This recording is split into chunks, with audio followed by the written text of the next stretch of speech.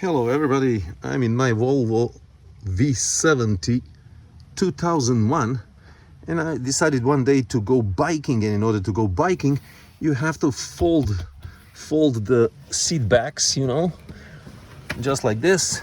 Just one little button and it folds back quite nicely, and then the trunk is really huge, so I put my bikes in, and at evening when I come back home, took the bike out of my trunk and I could put this seat back in the back position.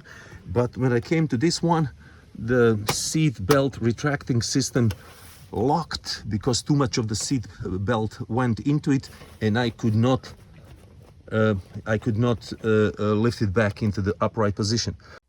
Firearmsguide.com. When you need the world's largest guns and ammo reference guide with the tech specs and ballistics, or gun values 30% to 100%, or to print out over 26,000 printable gun schematics, blueprints, gun manuals, and old catalogs, go to firearmsguide.com for the gunsmiths and the gun enthusiasts.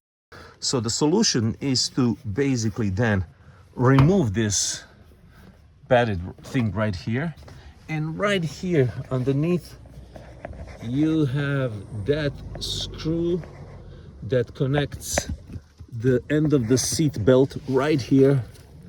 Connect the seat belt into the chassis of the car. You have to take the ratchet and you have to unscrew that. So basically, once when you release the seat belt, then you can, without the problem, just simply put the seat back in the upright position.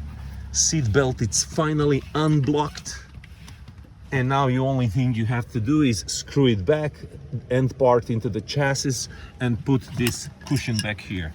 And that's it. The reason why it's blocked, because right here there is that little hole, and there was that seat belt retraction stopper that was made from plastic, and in the last 20 years somehow it popped out.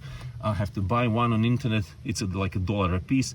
I'll put it here so that my seat belt cannot go into the retracting system too much. And that's it. Very simple solution. It drove me nuts, but I figured it out and now works perfectly. Okay, so let's screw it back into the chassis. Problem solved.